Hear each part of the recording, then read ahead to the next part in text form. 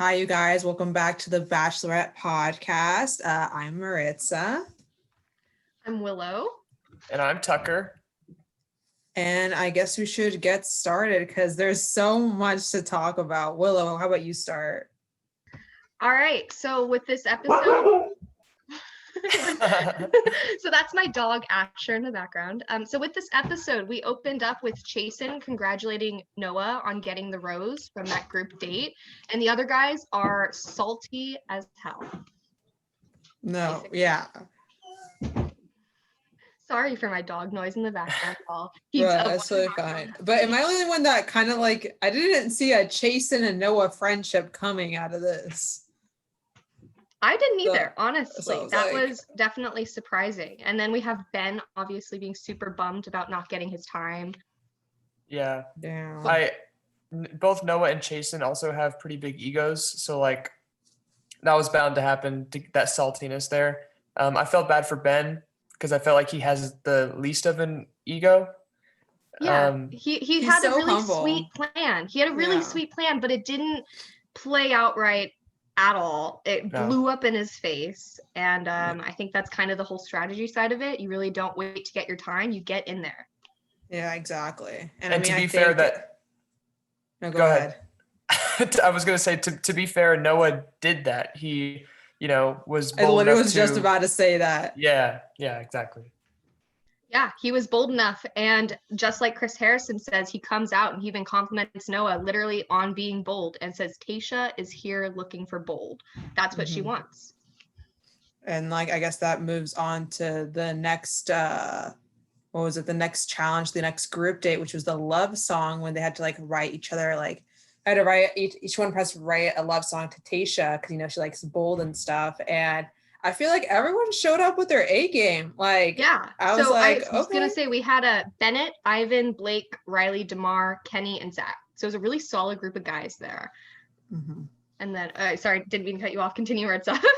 Oh, no. But I mean, like, like a lot of the guys is just like, they show their A game. And I was like, okay. I don't know if you guys remembered or if you guys watched Listen to Your Heart, that Bachelor. I was like, yes. It was a quick little thing. I think that was Zach. He says you just have to listen to your heart. Exactly. I was like, okay, quick little pun moment, a quick little sponsor moment to the little Bachelorette I was going to say, was this producer planted, do you think? Or do you think Zach is secretly a Bachelor fanboy? I mean, I know we have a few guys here that definitely watch the show. I think Ed, Zach, I think Ed's friends like prepped him on how to come here. Zach, Blake, Blake, sure. Definitely. Blake, for sure. Blake, yeah. For sure. It's fun kind of watching these guys come out a little bit. Ooh, wait, who was it that referenced JPJ?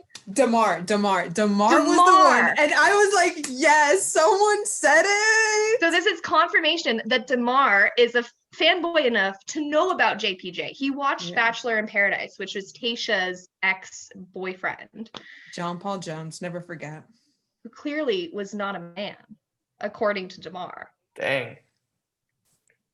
Because Tayshia's looking for a real man, you guys. Okay. A grown-ass man. A grown-ass man. That's right. A grown-ass man. And I feel like Ivan really shined for me. And like, obviously, because he won that challenge and got the one-on-one. But I feel like his like, I don't know if it was like a rap, his song, whatever, but like that just like, it spoke to me. It was just like, and then he pulled her aside too, to like sing to her right there. I was going to say it was called, what was it? It's called Chocolate Mocha or something like, I think that was DeMar's Mocha Latte. DeMar's? Oh, dang. Mocha Latte. I really like DeMar's. Yeah. Both of them definitely deserved it. I think it was kind of a toss-up. But I'm really glad, I think you guys are too, based on our last conversation, that Ivan got it, because he clearly just really likes her. And I know that that's really like dumb to say, but and then he won the one-on-one date basically with her. Yeah. And that was so sweet. I feel like we can probably get into there, but that was so sweet. Oh my goodness. I think that's one of my favorite one-on-ones that I've seen from all of what I've seen from The Bachelor. since I started watching The Bachelor. That's one of my favorite one-on-ones because it just seems so genuine. So intimate and real and what, it's all about. It's not like flying on a private jet to some restaurant in Napa to taste wine like I know they've done on previous seasons. It's like, no, this is real life. You sit at home on a Friday night and you drink wine and you watch movies and you play games and you talk. That's what it's all about. Exactly. And I really love like their talk on like how they incorporate the Black Lives Matter movement too, and how it really showed like how they both kind of struggled kind of the same way, and they kind of have that connection because they relate so much to it. And like they both got so sentimental, and I was like, wait, why am I crying with you guys too? I know, that was amazing, integrating, the race conversation, because obviously Tayshia is our first Black Bachelorette, or second Black Bachelorette, sorry, first hit 1 million. But still, like, just Blackness in the Bachelor world is very rare to begin with. And then her talking about it and bringing in the concept of being mixed race, not just the concept of being Black, but mixed race in America. And then feeling like you don't belong to one group or the other, and you're just kind of all alone. She almost brought up like something that a lot of Black people don't talk about, which is like growing up almost ashamed of being that, and being because she was mixed and because she grew up with a bunch of white people and not being like pressured. Yeah, she was almost like I almost didn't connect with the Black experience because I was kind of avoiding it. And that was I was like, damn, this is The Bachelorette and we're talking about this. It needs to happen though, because I think that's a notion that can be shared pretty universally in the United States. If you have someone who's mixed race, you hear stories all the time of someone's like, oh, I'm like half Latina, half Black, and then I feel like I'm not accepted by the Latina community because I'm Black, but I'm not accepted by the Black community because I'm Latino. It's just, there's a lot there to talk about. And I feel like this conversation was like so needed, like you said, like in the Bachelor universe, because you get the same conversations and it's like, oh, your family, oh, okay, what do you work as? And like the typical like, oh, okay, you're cute and stuff. But like I feel like these like powerful social issues kind of conversations like really like moved and stepped up, like I guess their entire relationship and like how they both connected. Yeah. And I mean, absolutely. Also I guess like in the background, Noah was like talking to the other guys while Ivan was on the group date, on the one-on-one. Noah was like talking like smack, saying like, oh, I wish I was on that group day, and I wish I was right, like because on he wanted more time with her. Exactly. And then what was it, like he was talking and no one responded. I was like, I literally told myself like crickets right now. But then Bennett comes out, and this is where the Bennett Noah kind of feisty thing comes along, and he comes out and he like calls him out saying like, hey, you kind of got the group rose already, so like, you think like that's enough? And like Noah was like quiet and stuff. And I was gonna say, like, I felt like in this moment Bennett's kind of emerging more into this villain role, kind of like insulting a guy for good gameplay. Like ultimately this is it's a game, and the point is to win the heart of the Bachelorette. I'm sorry, Bennett, but you're not pulling out all the same plays that Noah is. You do need to prove that you're here for the right reasons, and prove, just like everybody else is, that you're really there for Tayshia. Exactly. And like being bold about it too, and like pushing the limits to, get the girl in the end of the story. So I think that's where Bennett has a little trouble like matching with the rest of them, because he kind of just stays in his like line, and everyone else is kind of going above and beyond. But like I guess like later we see how like that goes into his favor sometimes, and sometimes like it doesn't. I think sometimes he has a problem with like admitting that maybe he's the problem, or like he has a problem with blaming other people all the time. Maybe that comes with just being a rich kid, but hey. Yeah, I guess it's the CEO mindset, right? Yeah. I was gonna say, back to the little Ivan date. Ivan gets the rose and says that it's fate that he's here, and he's really copping it up to that. And I think that was really cool. And then we move on to our next. That Tayshia brings out the best in him, and she really liked that line, and I was like, oh. And honestly, you can tell too. Like, you can tell. Yeah, you really can tell.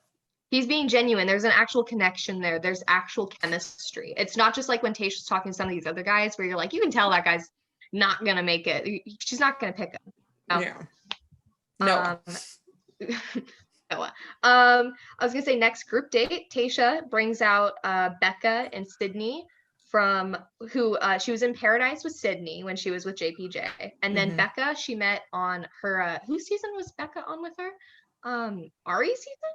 I'm trying to remember. I don't know. All I knew is that she was the Bachelorette at one point, but I forgot which season she was on.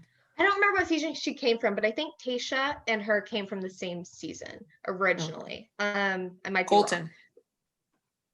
Oh, Colton? Yeah, I think it was. I know Tayshia was Colton's season.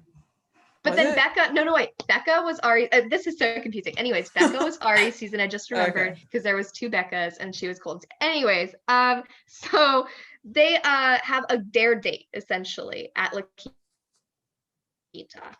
And they split the guys up into teams. Yeah. Oh my God. That date was, I loved it so much. It was so funny. It's just like, I think, I don't know, like the smoothies are like a little step, and then they started the orgasms. The guys, okay, so in this date, they had different pairs of guys, and all the guys had to do a different dare at a different station. And one of the dare stations was eating a gross smoothie. Another dare station was having to moan loudly into a like phone that is playing the sound over the entire sound system for the resort. I wonder if they knew if it was being played through the entire sound system. I doubt it, based on how Kenny confidently picked up that phone and started moaning into it. I don't think so. That was so funny though. So yeah, this was a lot.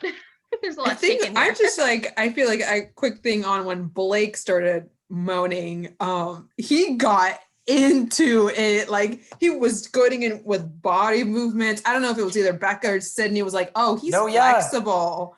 Yeah. And he put his leg up on the I could not. I was like, okay, Blake, like you're really trying to show off here.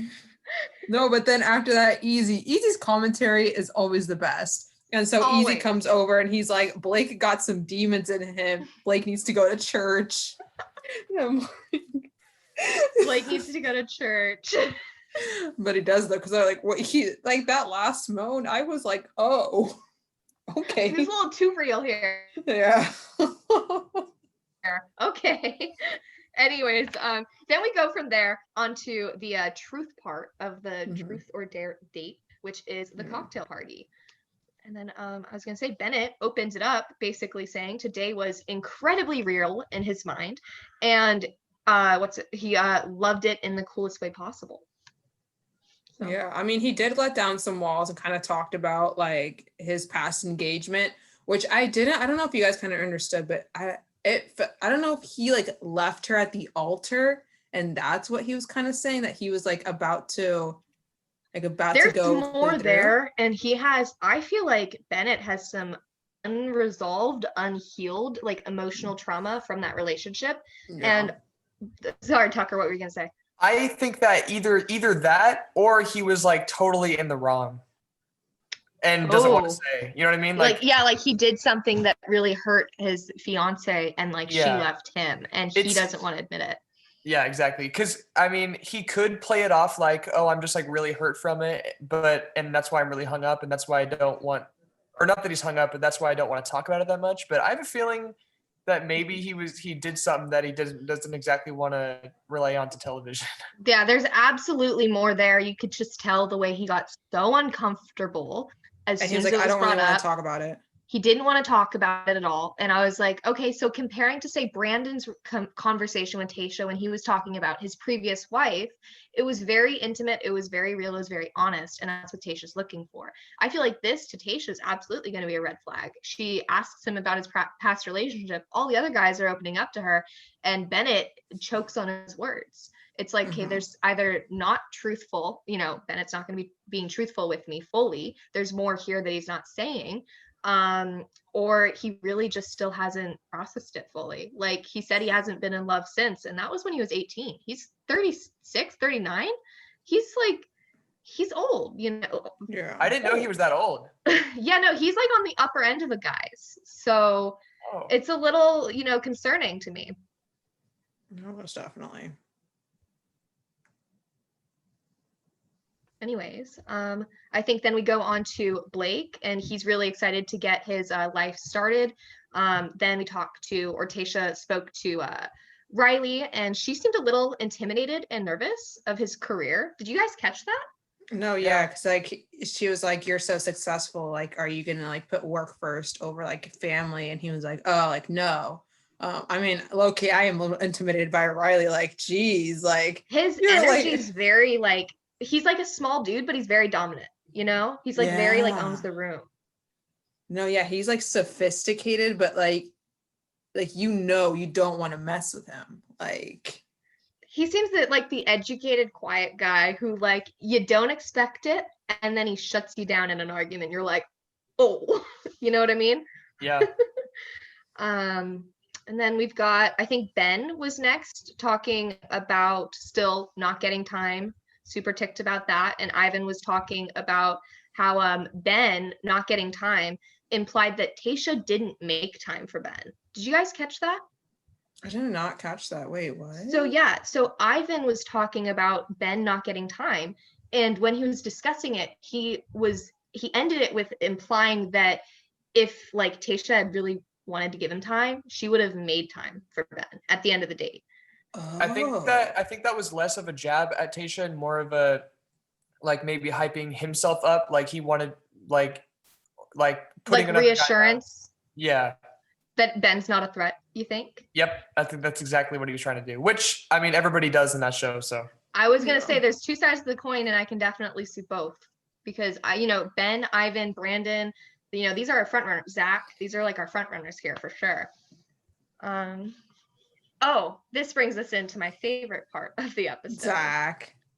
Oh, well, there's that. But I was going to say, Ben and Ed wanting to both go visit Tayshia. That was my favorite part too. That was so funny. Oh my God. Same time, on the same night. My girlfriend and I were like on the edge of our seat. Like, what? It was so good.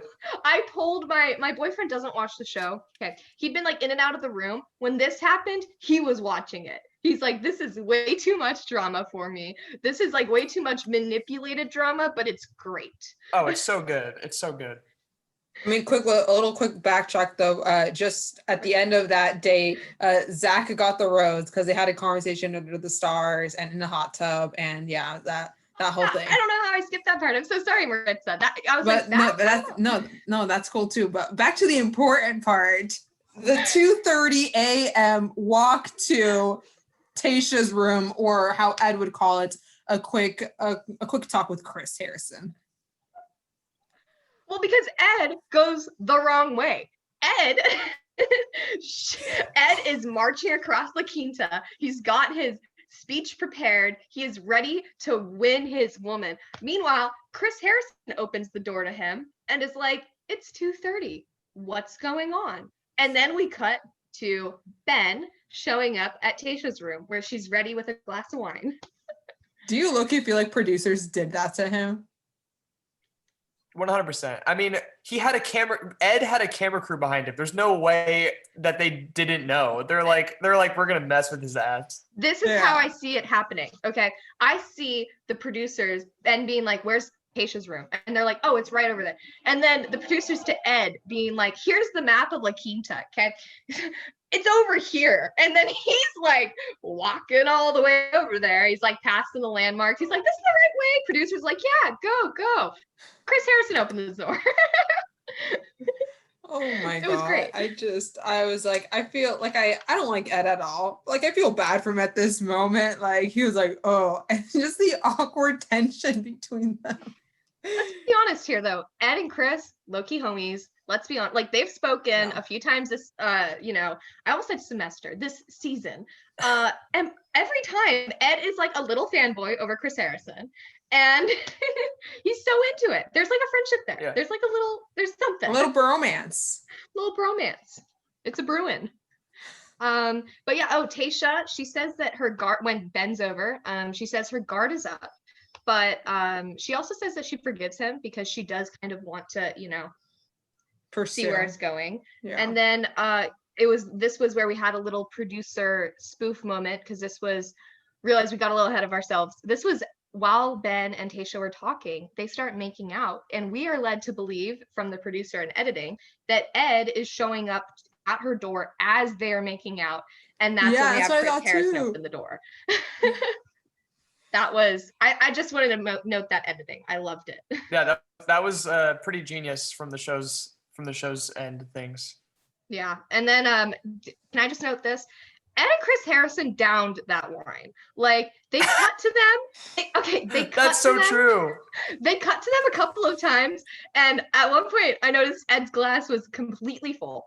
The next scene, completely empty. The next scene, half full.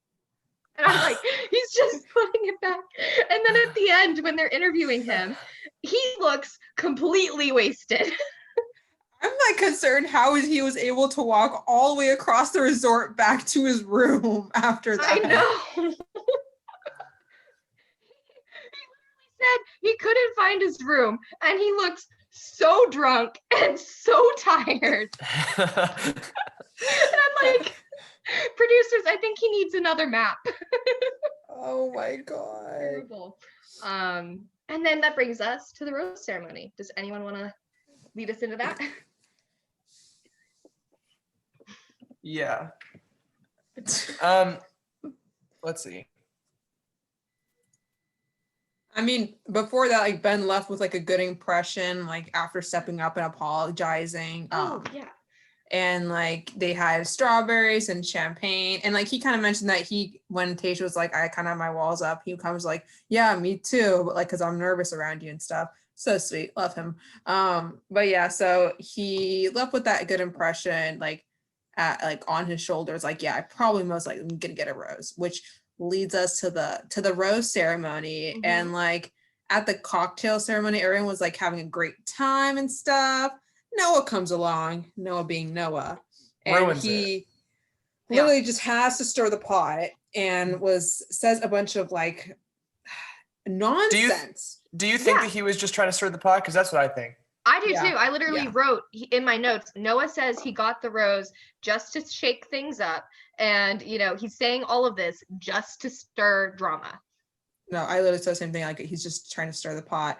And like, because I'm pretty sure everything he told Tayshia, no one said that.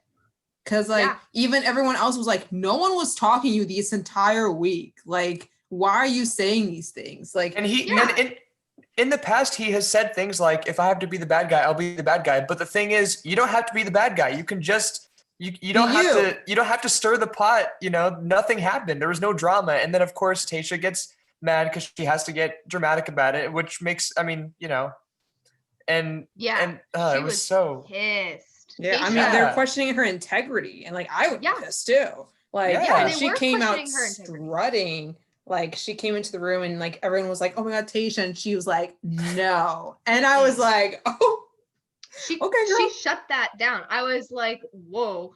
I fear for her kids when, like, in the future, when they get into trouble and she's gonna come walking in. You better look out, because that's going to be one fiery mama right there. I was going to say, though, why is he saying that people, are not taking Tayshia seriously and all of this? That's only going to make Tayshia even more insecure with the process. She comes in halfway through with a group of guys who are, frankly, leftovers from somebody else. How would you feel like showing into your Bachelor experience? She didn't even really get proper limo entrances except for like 4.